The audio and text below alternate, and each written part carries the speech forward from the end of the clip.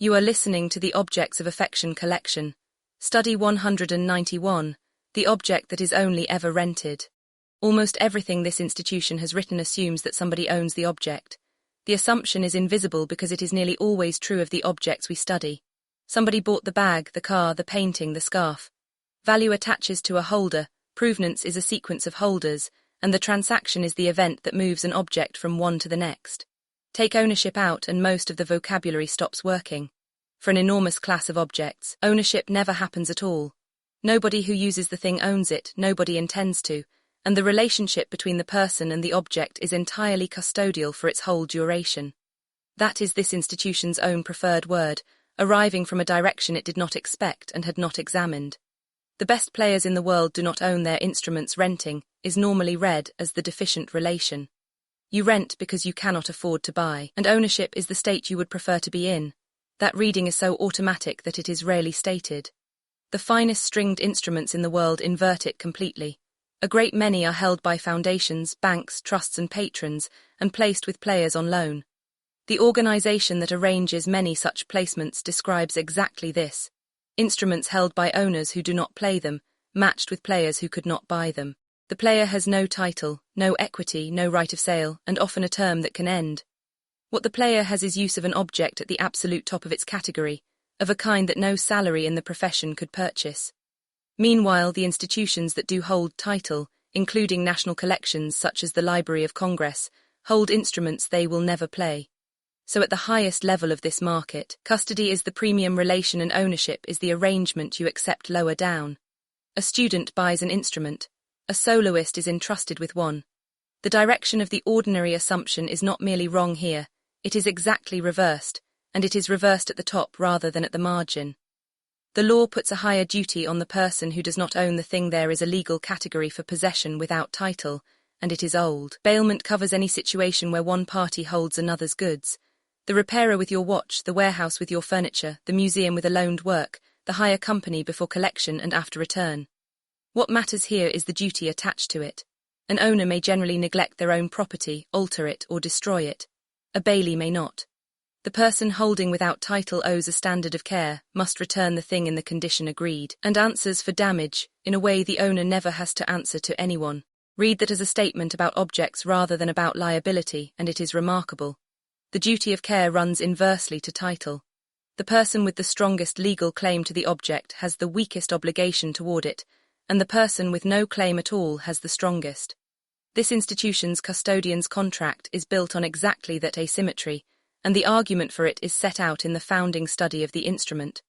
The idea was not invented here. The law has held for centuries that holding something for someone else obliges you more than owning it does, and this institution restated a commercial principle as an ethical one. The rented object has the best maintenance record in the object world.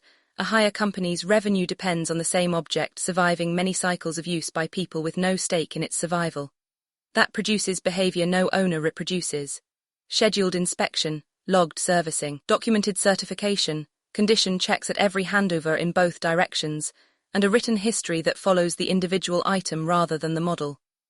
The trade associations for the equipment hire industry, in the United States and in Britain, exist substantially to standardize that practice. Their subject is the maintained fleet, and the fleet is maintained because it is rented.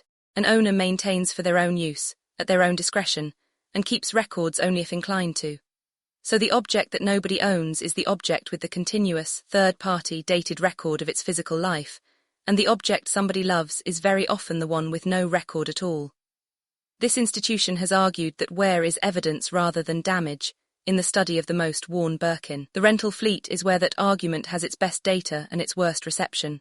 The hire industry documents wear obsessively and reads every entry as a cost. Nobody in that industry treats a service history as provenance, and the record they keep is precisely the record the provenance frameworks say does not exist. Scaffolding is the pure case. Scaffolding is an object that exists only in the rented state.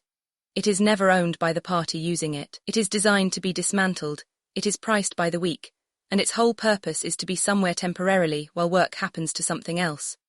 It also carries a burden that belongs to another object. A cathedral under repair is being preserved, and the scaffolding is what makes the preservation possible while having no interest whatever in the building. This is the burden of preservation, separated cleanly from the thing preserved and rented out by the weak, which is as close to a controlled experiment as this subject offers. This institution has already examined the other face of it, in the study of 2 Fifth Avenue facades, where the temporary structure became the visible building for years. That study reads scaffolding as a surface. This one reads it as a relation, and the relation is that a rented object can hold up an owned one indefinitely, while remaining invisible to every register that records what exists. The costume house keeps what the market would have dispersed costume hire, is the case where never selling produces an archive. A long-established costume house holds stock that is rented repeatedly across decades, and is not sold, so garments accumulate a continuous institutional history of what they were used for, by whom, and what was altered. A comparable wardrobe in private hands disperses on the first estate sale. The costume house's collection survives intact for one reason. Its business model forbids disposal, because the stock is the revenue, and selling it is selling the company. That is an anti-sale covenant arriving from commerce rather than from ethics. This institution normally reaches for such a covenant as a constraint imposed against a market incentive. Here the market incentive produces the constraint by itself, and the archive is a side effect of an ordinary commercial decision, nobody made for cultural reasons. The condition report exists because nobody involved owns the object. The most careful documentation of an object's physical state anywhere in the object world is the museum condition report, and it is generated at the moment of a loan. The collections management standard used across the sector treats loans in and loans out as distinct documented procedures, and a national museum's own loans process reflects the same structure. A recorded state on departure, on arrival, on return. Note when this happens, not on acquisition, not during the decades the object sits in the collection, and not on display. It happens when the object crosses between two parties, neither of whom is using it and one of whom is temporarily responsible without owning it. The transfer of custody is what generates the record. Continuous ownership generates none, because there is no counterparty to be accountable to. An object that stays in one place for 50 years may have no dated description of its condition at all, and an object that travels twice a year has a dozen. Libraries solved this centuries ago, and nobody calls it radical. The largest and oldest system of custody without ownership is the public library, and it is so ordinary that it never appears in arguments about access replacing ownership.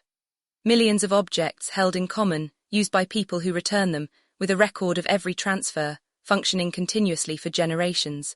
The model has been extended to objects that are not books.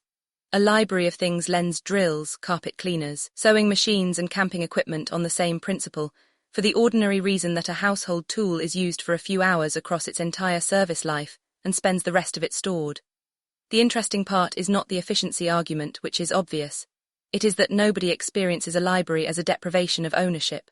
The relation is complete in itself. Whatever it is that people want from objects, and this institution exists to ask that question, the library case shows that a great deal of it survives the absence of title entirely. What this exposes in our own instrument, every real custodial system examined here has 3 features. There is a return date, or at least a defined term. There is a condition standard the object must be in when it moves, and there is a party the object goes back to. The custodian's contract has none of the 3. It attaches obligations to a holder who acquired the object permanently, with no term, no defined condition standard, and nobody to return it to. This institution has written about what happens when such obligations meet a real collection, in the study of the Warhol collection and the custodian's trap. So the instrument borrowed the vocabulary of custody, and kept the structure of a sale. That is not a criticism of the intention, which is serious, and it is not an argument for rental. It is a structural observation with a specific consequence. An obligation with no term and no counterparty cannot be enforced, inspected or discharged, and an obligation nobody can discharge is a sentiment rather than a duty. The hire company, the costume house, the instrument foundation and the lending museum all achieve what our instrument only asserts, and none of them did it by caring more. They did it by having somebody to answer to. What is not established, no figures appear in this study. No claim is made about the size of the equipment hire market, the number of instruments held on loan, the value of any instrument, or the holdings of any named organization, because none of those was measured here. The description of bailment is general and deliberately unlinked. Duties differ by jurisdiction, by whether the arrangement benefits one party or both, and by contract. Nothing here is legal advice, no legal conclusion is asserted, and the study uses the concept only for the structural point that a duty of care can run inversely to title. No named person or player is identified with any instrument. The loan arrangements described are the general practice as the placing organization describes it, and no individual placement is asserted. The claim that higher industry records constitute the best maintenance documentation in the object world is this institution's reading, not a measured comparison. It follows from the incentive structure, and it has not been tested against a museum conservation archive, which would be the obvious counter case and was not examined. This has been a study from the Objects of Affection collection, a critical art research institution operating under the framework of post-luxury conceptual functional art. Read the full research at objectsofaffectioncollection.com.